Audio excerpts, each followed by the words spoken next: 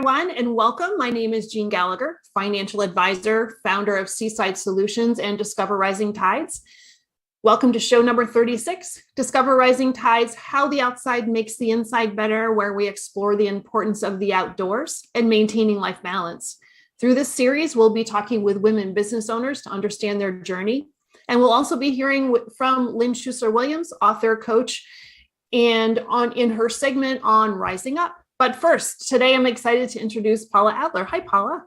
Hey, Jean. Thank you for having me. I'm really excited. And big thanks to Rebecca Hoffman for connecting us. I know. I love how we all get connected through different people. I'm glad to have you here as well. So let me just read a piece of your bio and then we'll dive in. Sounds great. And may I share one little thing? I have to tell you, I've been thinking about this all day. Yes, and I want to please. share it with you. So for your listeners as well. And we'll talk about this a little bit later about how I'm incorporating the outdoors into my coaching program. But every time I read Discover Rising Tides, I have this great visual, and it's I'll talk about core energy coaching, very uplifting for me. So I visualize rising tides, and it's really, truly energizing. So, that's beautiful. Thank you. And that was, that's really a lot behind it, because it is, we all, rising tides raises all ships.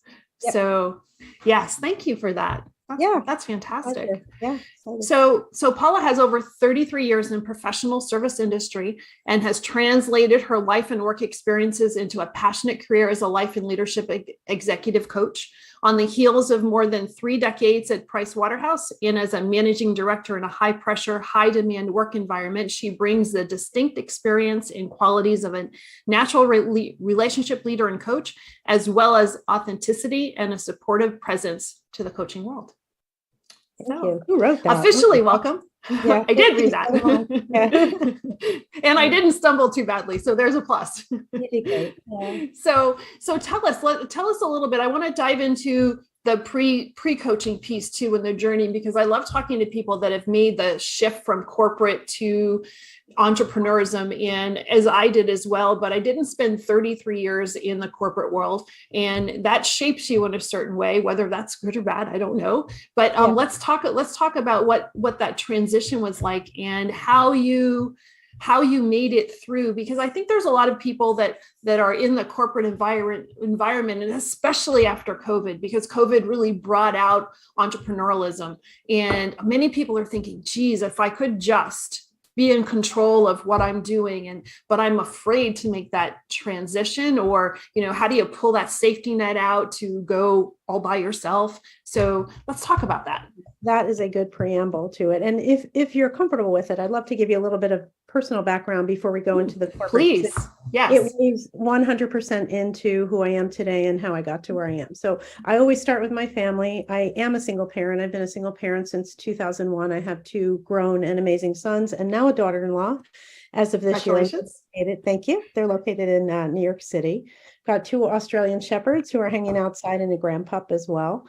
And just a little bit about me, because I wanted to bring in the outdoors, because it really, from a couple of years goes on, it completely shifted my life. So in line with our focus today, I love to travel. I love to bike and hike, and all my travel plans are kind of baked around that. Is there a place to bike? Is there a place to hike? And I've actually started, as of this week, to incorporate, because post-COVID, the outdoors into my coaching program. So I was fortunate for the first time to meet with a client all day earlier this week in New York City. We spent a lot of time outdoors, and that was a real experience for both of us. So we can talk about that a little bit more. Oh, I'd love to. Yes, definitely. Yeah. And as you said, from a career perspective, I never intended to be anywhere for 33 and a half years. Former managing director with PwC. I had an amazing career. I will say they were roles that took my soul. And that was kind of the beginning of the transition. But I spent time in strategy and operations, human capital, risk consulting. And now I smile all the time when I say, I'm a life and leadership executive coach, and I own Paula Adler Coaching and Consulting. And for context, I'll share who my clients are, because I look my client in the mirror every day, if I can put it that way. So I support ambitious, and I'm going to go for air quotes, outwardly successful women, and now men. I market to women. I coach women and men who've got this inner knowing that there's more to life than the way they're currently living. And I raised this because that was 100% me at the time.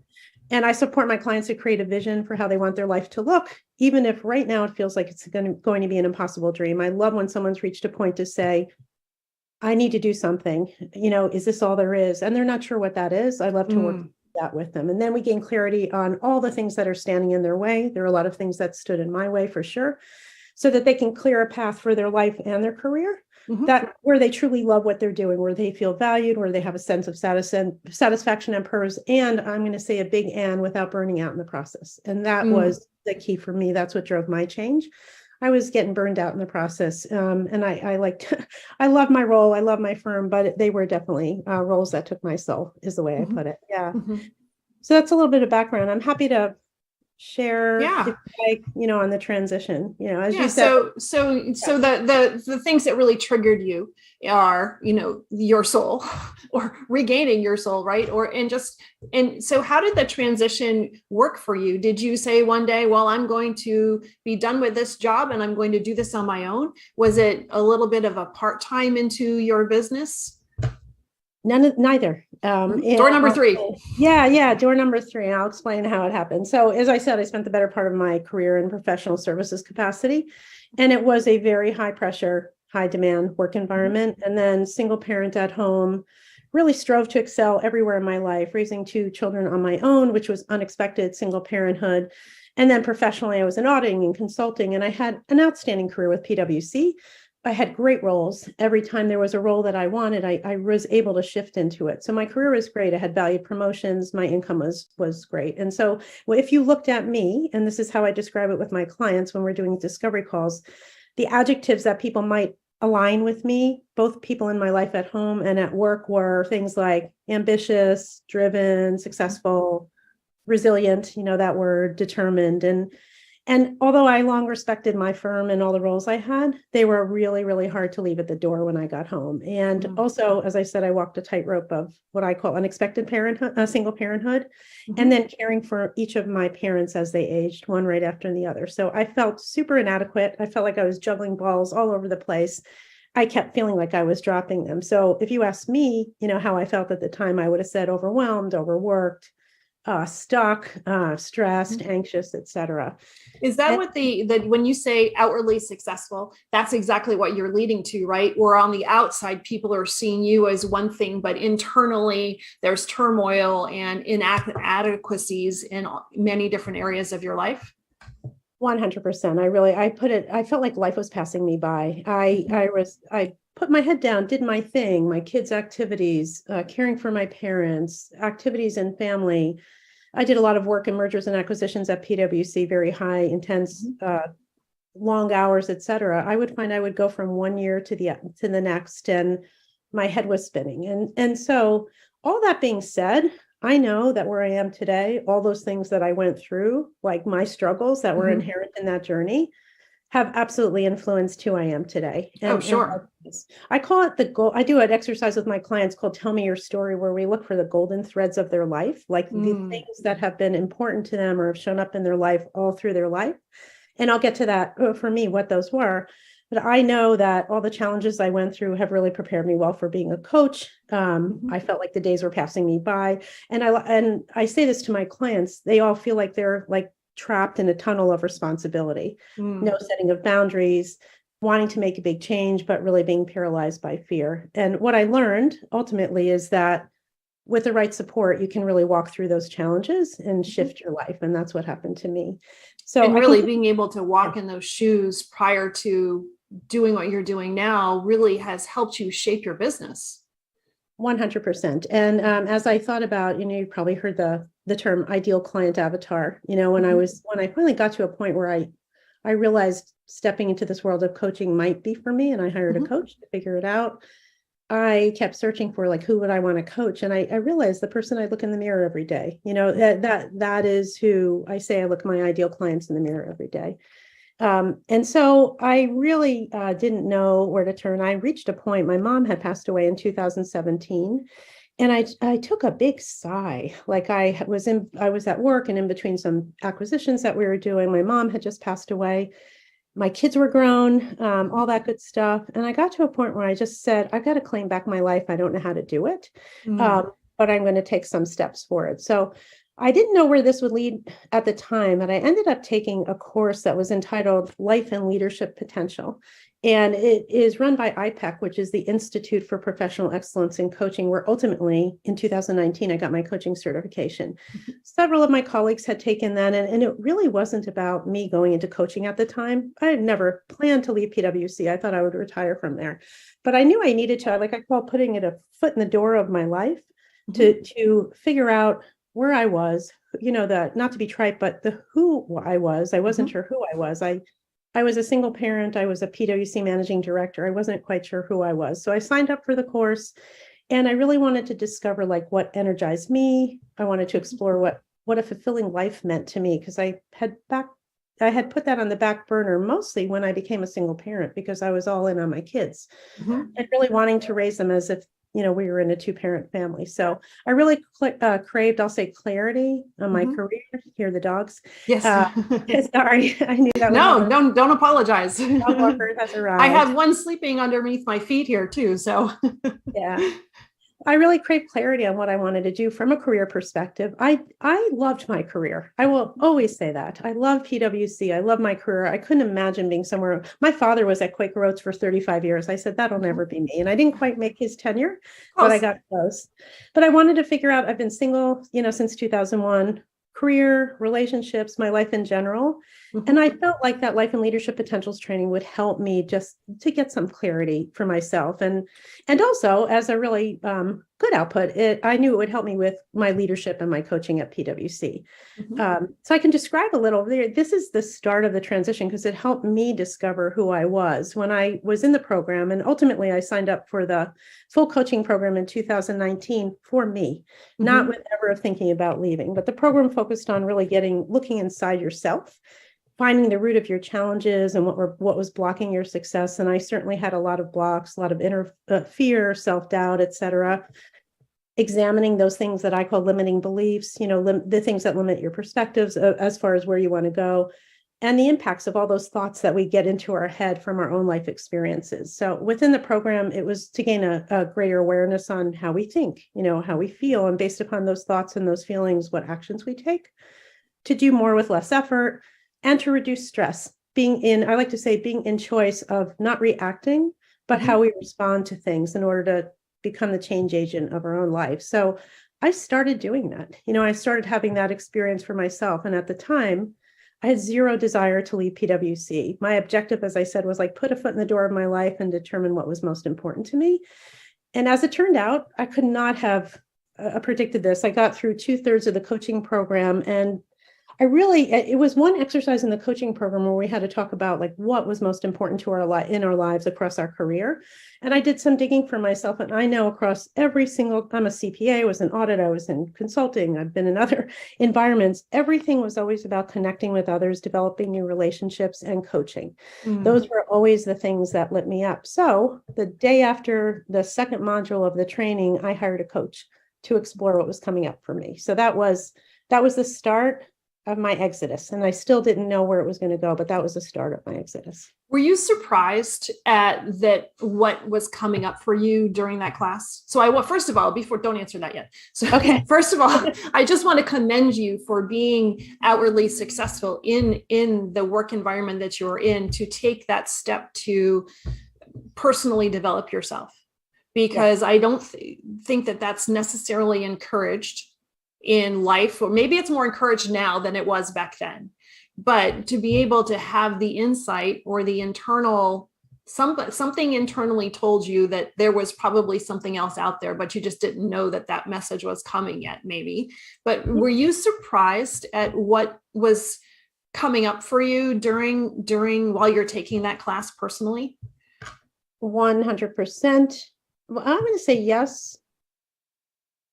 Yes. Let me say yes, I was. And it was a very, I will probably have my colleagues from that program as life friends right now, because we were all we were all people that were, well, some people that came to the program were absolutely looking to establish a coaching business. And then there were people like me. So two groups, those who wanted to do coaching, whether inside their organization or in their own business.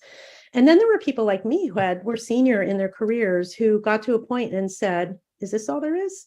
And really had put their life on the side. And so I was surprised that I landed where I was, because I love my firm. I never thought, I'm still working with them. You know, I mean, you could do some coaching for them, which is amazing, soon.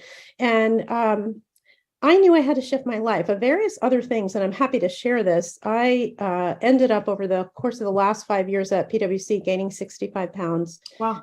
My mother was ill. I would be in the hospital. I would run to Princeton Hospital. The nurses would find me a conference room. I would get there at 6 a.m. every single day when she was in the hospital to see the suite of 6 doctors that would come through and get the report, would run to her room to be with her, go back, eating all that hospital food, you name it. Over the past, I was sedentary, and I felt physically and stressed. And I'm still happy. That's the good news. But I got to a point where I just said, physically, mentally, I need to do something for myself. So not surprised that I put myself in that scenario, surprised that I landed where I was. And it was really, the key was hiring a coach. I had explored hiring a very specific coach before I started the whole coach program. Wasn't ready because I didn't know what I was seeking. And then literally the day after the second module, there are 3, I just had this inner knowing, like that it was time to, I call it, tailor the rules of my life and be able to take my life in a different direction. So I hired her. I worked with her for 2 years across me opening my own business. She's now a friend. We went to Charleston with each other last weekend and worked on our business plans for next year. That's fantastic. So yeah, we really dug in, we explored. I had never focused on my values ever. And so we focused a lot on core values. So my core values I take with me, and every decision I make, I look to see that they're honoring my core values. We focused on, if I were to move forward, what was that purpose I was focused on? You know, all the buzzwords, purpose and mission. I'd never done that before. We focused on my joy is my top value. We focused on my desire to live a joy-filled life. I was a happy person. I wasn't necessarily filling it up joyfully, if that makes sense. And yes, totally. There is a difference. There's a drastic difference between the two. Yeah. Yes, absolutely. And we focus through inner block after inner block, assumptions, limiting beliefs, self-doubt, fear, all of that. Those things that were keeping me back from stepping into my fears of, of radically shifting my career and my life. And I worked with her from March of 2020 and for 6 months until September. And that's when I decided that I was going to step into my fear and establish myself as a life and leadership and executive coach. So it took some doing, and I resigned exactly 33 years from the day I started at PwC. So shocked myself, shocked the firm for sure. And no regrets, 0 regrets. Yeah. It's interesting. So hiring a coach, and I've been self-employed for 17 years, 2 years ago, and prior to that, I'm like, why would I need a coach? I don't need a coach. I'm doing just fine. That A personality. Oh, why would I need a coach? I have other advisors that I work with, and I can throw some things against the wall with them or whatever. And then the beginning of last year, the same thing. I had this feeling. I think I need a coach, and I feel like I'm missing a direction. Even though, I have goal sheets and I have all of this stuff, I just felt like I was missing something. And so last March, I hired a coach. And my first meeting was, I don't know why I'm here. All I know I think I'm supposed to be here. And I knew her before. I had worked with her in the past. So I was comfortable saying, I don't know. But I'm surprised that what has come out of it, that I just wouldn't have expected, that there was some really obvious things that I had no idea about. Yeah. And those obvious things I heard you say you always focused on goals, et cetera. May I ask if those obvious things were those things like your goals, or were they more what was lying beneath? They were probably direct connected to the goals, but they're partly really time management, but more of a spatial management, because I had a lot of things going, a lot of balls in the air this year. And I was feeling very disorganized in my activity and disorganized in my thought, or what I needed to do over the next few weeks. But I couldn't put a finger on it. I just knew something needed to be done, and something wasn't quite right. And I'll be darned. Gage asked me some great questions, and all of a sudden I go, oh, this is what we're here for. That I call the sound of insight. You had an insight. Yeah.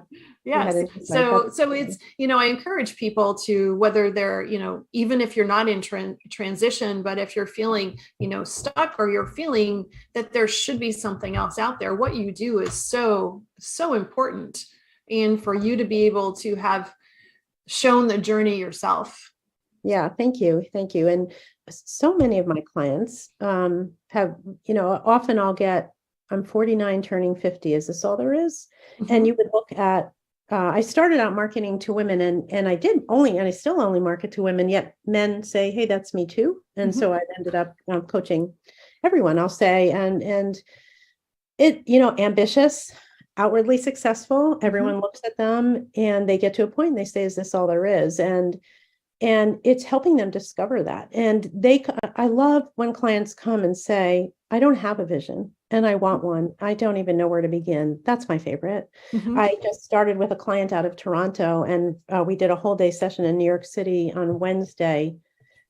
So amazing to watch her have these insights. And sometimes coaches, I don't mean this to be critical at all, but sometimes coaches are very focused on goals. If mm-hmm. you don't get what's lying beneath, what's holding you back, your thoughts, those feelings, those things that are draining you, how you're showing up, the goals don't mean anything. So really seeing, as you said, you had insight with your coach, what holds people back is mm-hmm. what helps propel them forward. And when I know you had asked me a question when we were getting together about, how is what my experience has been helped shape how I show up for clients. Mm-hmm.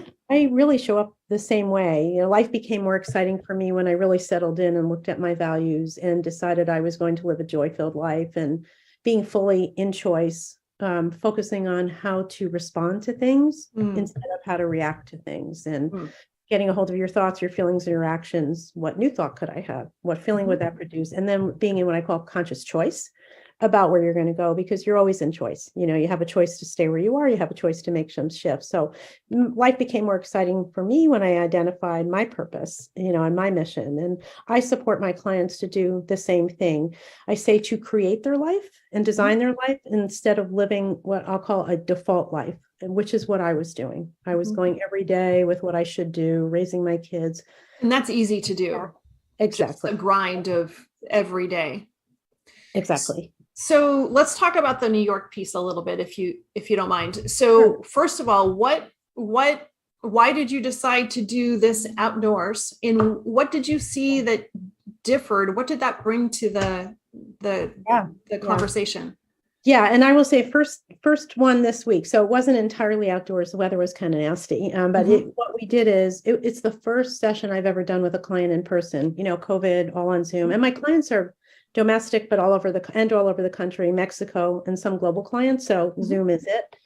I just put forth to her, I'd love to do an intensive with you. A client intensive is like, I spent 6 hours with her. Wow. And she flew in, and we spent time. I rented a space in Pier Space in New York, but we spent time outside. When you're walking with someone and having a dialogue, when you're out in the fresh air, that's how it started for me. I have coaches that I love who are my colleagues now, who are beloved, who do walks in the woods, rain or shine. And I hope to get to that. So I love hiking. I like biking. I'd like to incorporate that in my client. This was the first one. The weather was kind of nasty. So we spent time inside and outside walking and talking. We had lunch together, working lunch. walking the streets of Manhattan, having a conversation, it shed a whole different light on it. Walking in Bryant Park where the holiday lights were. So that's just the beginning for me. We were in Manhattan. What I really am looking forward to doing is doing coaching programs with people that are, Zoom predominantly, yet we'll meet up in an intensive in a location that's lovely, like a beautiful location. So that's my goal, not yet achieved, but that's in my plan for 2023. That's fantastic. And so do you think that the part of the difference in conversations is because there's no ceiling, no roof, no walls to hold in the energy and hold in the thoughts, and it's very much more open? Does that give space for different conversations? I asked my client that, what was different about this? How did this feel to you? And I would say, I'll just briefly say, similar to what I discovered, and largely on behalf of COVID, when we were in the house all the time. I live on the Delaware River in Pennsylvania, between the Delaware River and the Delaware Canal, and right on the other side of my development is an amazing big park with the canal, and you can walk. And what she described were the same types of experiences. One of my son's in grad school, so he came home when the world shut down, and we would walk all the time. And that was life shifting for me. It's like the stress goes away. And so we started the day with some box breathing and some body scanning and meditative type of things. And then we, before lunch, went out and walked. It was the outdoors, being fresh, feeling the air. There was no sunshine yesterday.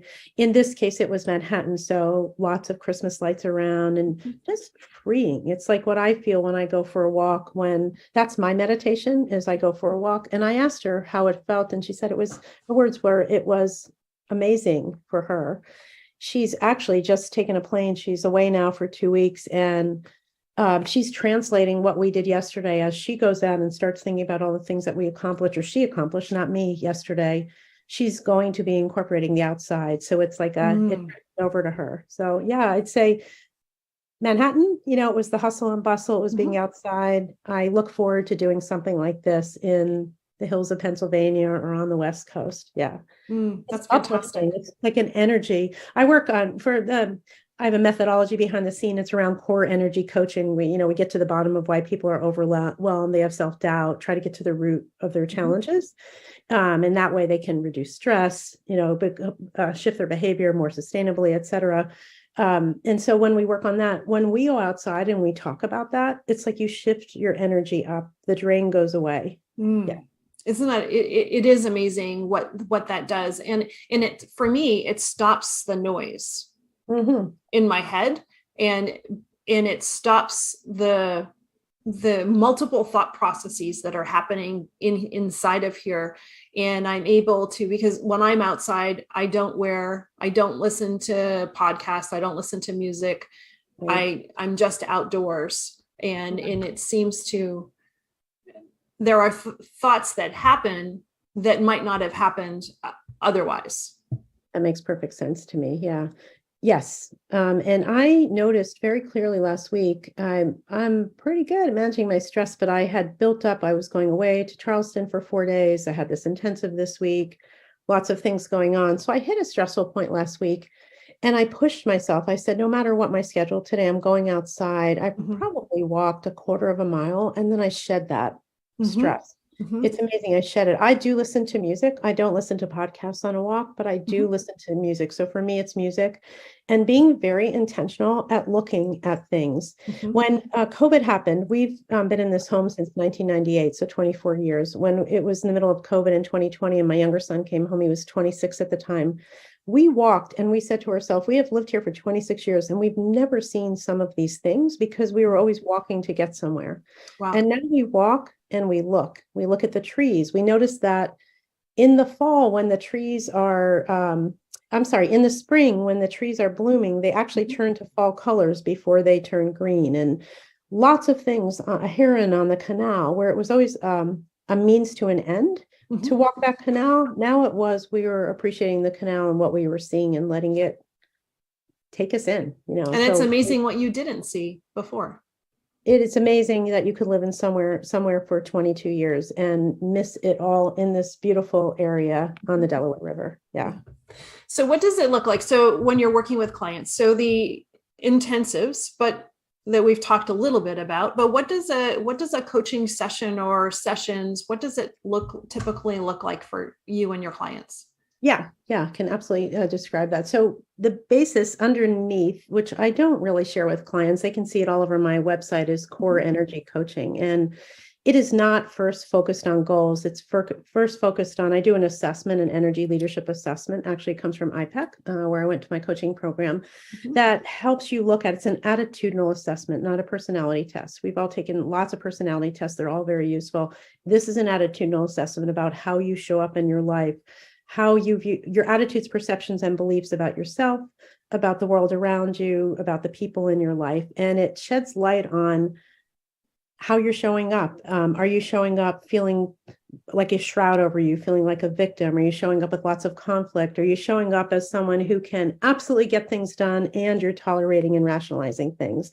Are you showing up as a compassionate and caring person, which is a wonderful, very uplifting thing to be until it drains your energy, like when you're caretaking relatives? Are you showing up as someone that sees opportunities? Are you using your creativity and your intuition?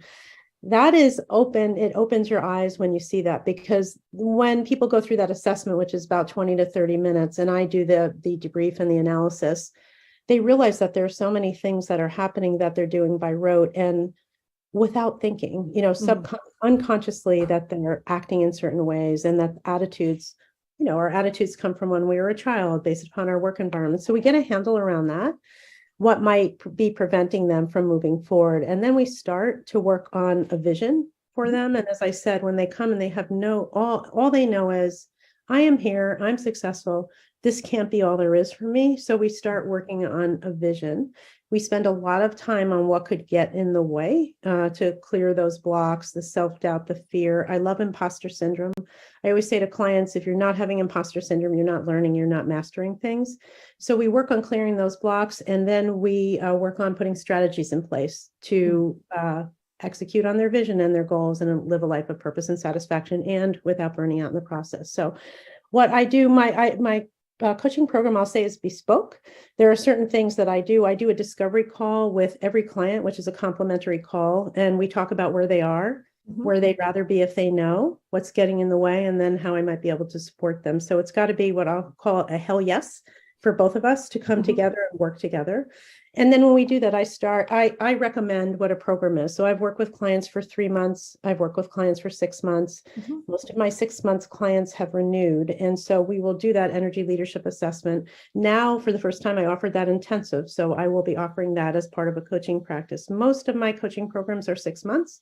I work with them on certain things like their vision, like their goals, like their values assessment. I do something called an energy audit, which looks at what drains them and what fills them up.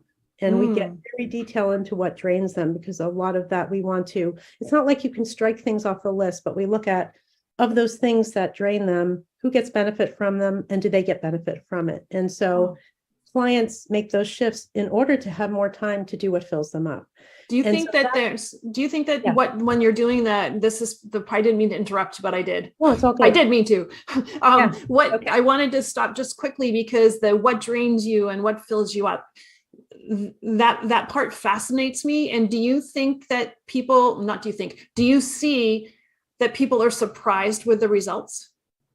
Yes. The piece they're surprised with on the results are who gets benefit from it. Usually it's not them. Who gets benefit from it, and do they get benefit from it? So what happens is, when you have that double no, when they're not the name in the box and they're not getting any benefit from it, they're realizing how many of the things they're doing are things I think they should do. And so, it's not that the goal there is to cross all these things off the list. I did this with my client in the intensive on Wednesday. We went through a few things, and now she's taking it away to start thinking about it. We'll talk about it after the holidays.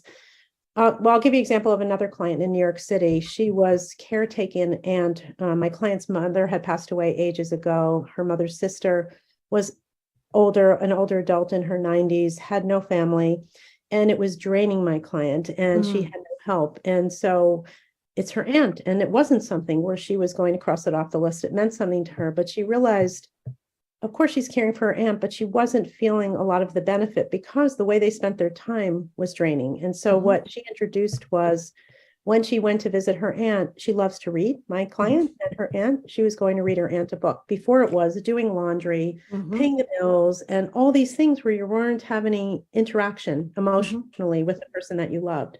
And so that completely shifted how she looked at that. And it started to move to the filled her up list. And she asked her sister for help, etc. So some things people decide not to do. Another client who was a friend who ended up asking me if I would coach her, we did a discovery call. We worked on her energy audit before she was a client because she was feeling very drained. She was someone who said yes to everything. And so she was on board after board after board. And when we talked about it, she had served her purpose on the board and she was having a hard time backing off of those boards. And so what we worked on was she made a decision that by the end of her term, she was not going to renew. And that was like a shroud lifted from her. So from 1 week on a Friday to another, she made that decision and she said it was so uplifting. So people you think you're getting benefit, you're giving, you're on a board, and it was draining her. So she looked at who was getting benefit from it and was she getting benefit from it? And it wasn't about her. And so, so the energy drains, it really just depends upon what's on the list. But I start all of that before we go into visioning because it will be really hard to execute a vision if you are feeling drained as heck, every day. And so we start working on fulfillment metrics. We all have success metrics. When have you heard about anyone having fulfillment metrics? So what are those things that fulfill you? A date night, taking a bath, going biking, etc. So I work on fulfillment metrics right away to get them to shift their energy. And then we start working on their vision. And it's just so important because especially if it doesn't matter whether you're in the corporate world or you're managing your own business. It's easy to say yes all the time because that's what you're supposed to do. And it's easy to get into that point where you're empty. And it's very difficult to try to dig your way out of that without the right triggers, bad word, but without the right understanding, recognizing the habits that got you there in the first place and go, oh, wait, I need to stop and think about this before I just answer because I think I need to do it. So I loved how you said habits, because on the energy audit, we focus on the people, the places, the things, and the habits that drain them. So it's not always about things. It's around habits. It's around people. It also is about the people that drain you in your life and what you want to do about it. So we spend time up front, although we're doing a lot of that energy work up front because that's how they reduce stress. That's how they connect with their purpose and their passion. It's really important to be able to shift and start having those shifts and having them be able to shift their energy, show up with creativity. And so you can get around your thoughts. What's the thought I'm having? It's real simple. What's the thought I'm having? What feeling comes from that thought when you feel drained and what are you doing? And then I say, let's pull the rug out from under you. What new thought would you like to have? What feeling, and they sit there with that with their eyes closed. What new thought could you have? What are the possibilities? And with that new thought, how would that feel for you? And you see their whole body change, their facial expression change. And then what do you want to consciously choose to do? So it's being in conscious choice of, how you show up each day. Conscious choice. That's a great statement. You always have a choice. You always have a choice. Yeah. Yes. And I think that in what you're doing is you're really empowering people and give them permission to have a choice. To have a choice and to be able to shift their energy in a sustainable way, to be able to work on it all the time, because we all will have drains, of course, our life. And it's how do you move out when you get feeling drained? It's how long do you want to stay there and being able to shift your energy so you can move forward in the way you want to move, and then work on vision, work on goals, et cetera, and then implement them. Yep. And so for you showing up for your clients, right? And you've talked about outdoors and walking and biking and hiking and things. And are there ever times where you just really think you should go outdoors, but maybe there's work that's pulling you down or responsibilities that are pulling you down, or the weather is just terrible, or, the little stories that you tell yourself? How do you manage through that? Or do you just let it not happen? Me personally? Yes. So for your personal life, not as a coach, but what does Paula do?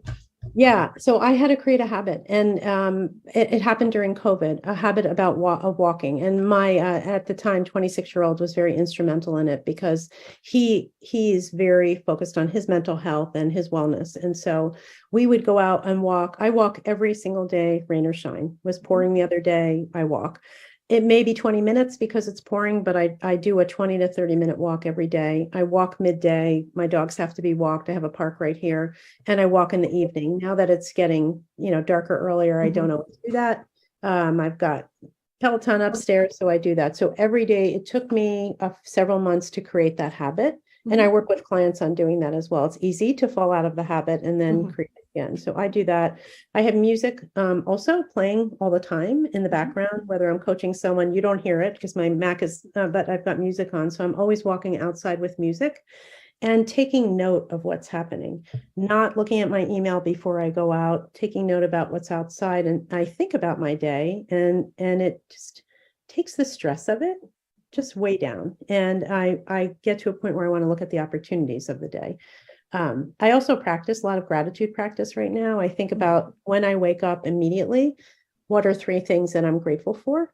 And throughout the day, I add things to that list. Anytime I feel grateful for something, I add that to the list. It's very uplifting. I never did anything like that. Yeah. It's, well, great. Having thoughts of gratefulness seems to surface around Thanksgiving, where we should really be talking about it all year long, right? But it seems to be going through the holidays is a common practice to talk about that. But it does uplift, and it should be part of a conversation year round. Year round. I make it my point every day to send someone or leave them a video. I do a lot of video notes or voice notes. Try not to do email because it doesn't have the same feeling. But I will craft a video, short video, no more than 2 minutes. I might send it to my son during the day. I might send it to a friend. I might send it to a client. I might send it to a colleague from PwC. And it really is, I was thinking about you, and here's why I was thinking about you. And I have had people do that back to me, and it just makes you pause and say, wow, and it's the gratitude practice. It's really uplifting. Wow. Thank you. Yeah. That's what a great way to put a bow on a conversation. Excellent. Yeah. So thank you, Paula. I want to thank you so much for being here today. And I love your workspace, and I love the bright windows behind you, and how wonderful it is to be able to just look outside and see what's out there. But I want to thank you immensely for being here. And I'm so glad that Rebecca connected us. And where can people find you? Almost forgot to ask. Yeah, thank you for asking that. So website, paulaadlercoaching.com, PAULAADLER coaching.com, one word. Website and LinkedIn, search my name. I'm on LinkedIn, also on Instagram and Facebook. My website, my LinkedIn are the 2 places that I focus most with clients. Perfect. We'll make sure we put that in the show notes as well. But thank you. Thanks again for being here. I love the path that you've walked yourself, and I love the fact that you're helping others. Thank you. That's my purpose. It's my purpose is helping people create the life they want to live, create their life and live a life that they create, not a default life. And also my mission is being able to help. I've got 1 million on my list, 1 million people move forward in some way. Yeah. Fantastic. Yeah. Thank you. My pleasure. Thank you for having me.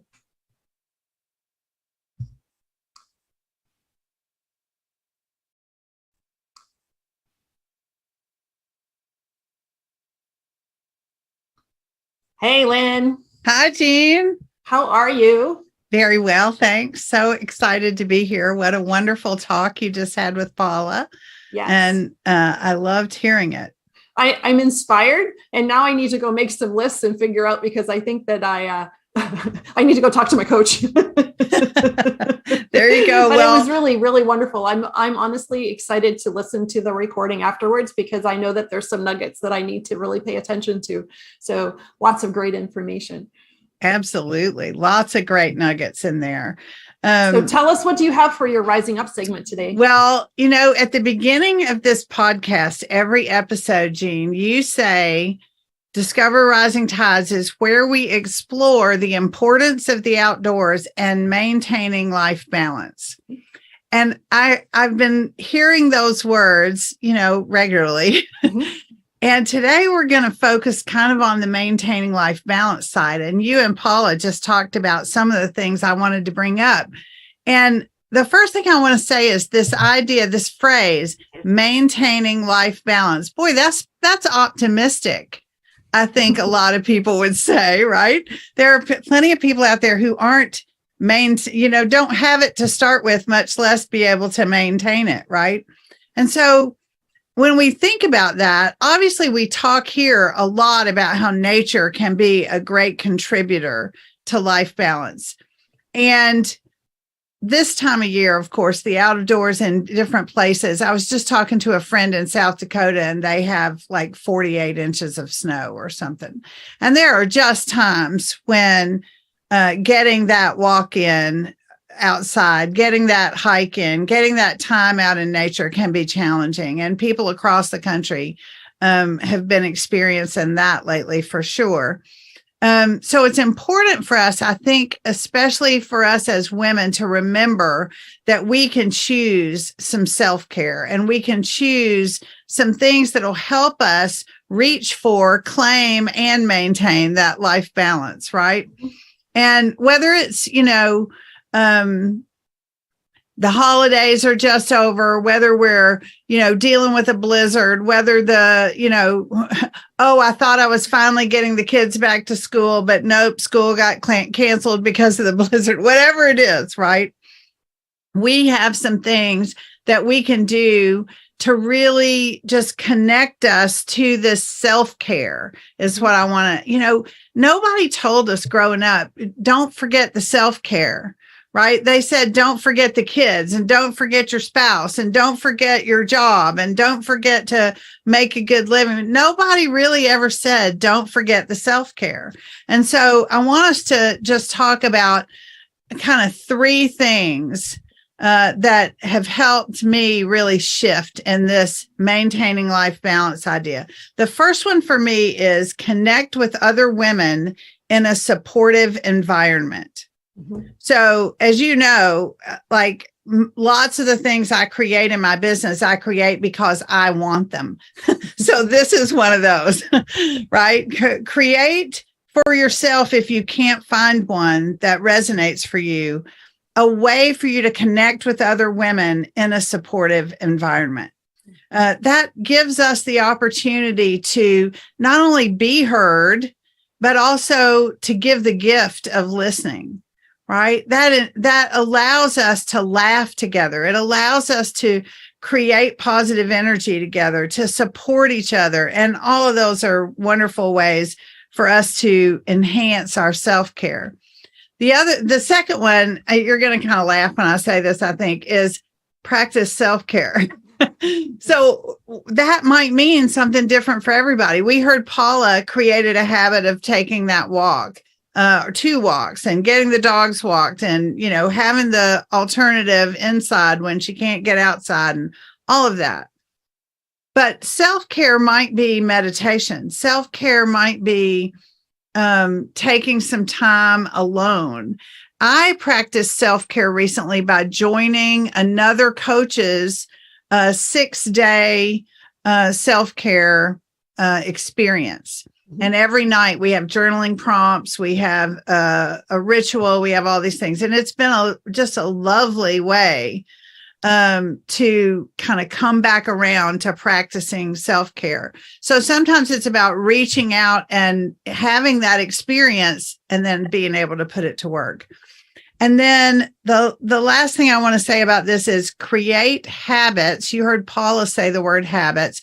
Create habits that nurture you, right? Not just habits of what you think you should do, or not just habits about productivity, or not just habits about, right, all of those kind of things, but create habits that nurture you, right? So make a conscious decision to be nurtured. So those 3 things. And the last thought I want to leave everybody with is just know that there is good in it for others when you take care of yourself, right? So one of the questions I always ask my clients when we're working on a vision or working on something that they would love to create, I have some questions I ask them to test their vision. And the last one is, it's a trick question. Is there good in it for others? Because so often we think that if it's our heart's desire, if it's something we really long for, that it's selfish. Mm-hmm. But no, without a shadow of a doubt, that when you are fed, when you are excited, when you are lit up, there is always good in it for others. And when we remember that, then we're more likely to practice the self-care. We're more likely to reach for and maintain that life balance because we know that there's good in it for others and we're not just being selfish. So I hope that is some thoughts that help us all rise up. And Jean, thanks for having me. It's fantastic. Take care of ourselves so we can take care of others. Yes. It's beautiful. Thank you, Lynn. As always, thank you so much for being here.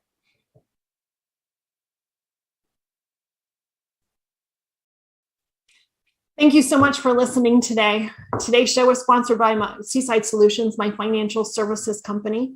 As a business owner, it's easy to be pulled in many different directions, and often taking care of yourself plummets to the bottom of the list. For me, I find myself outside to reground.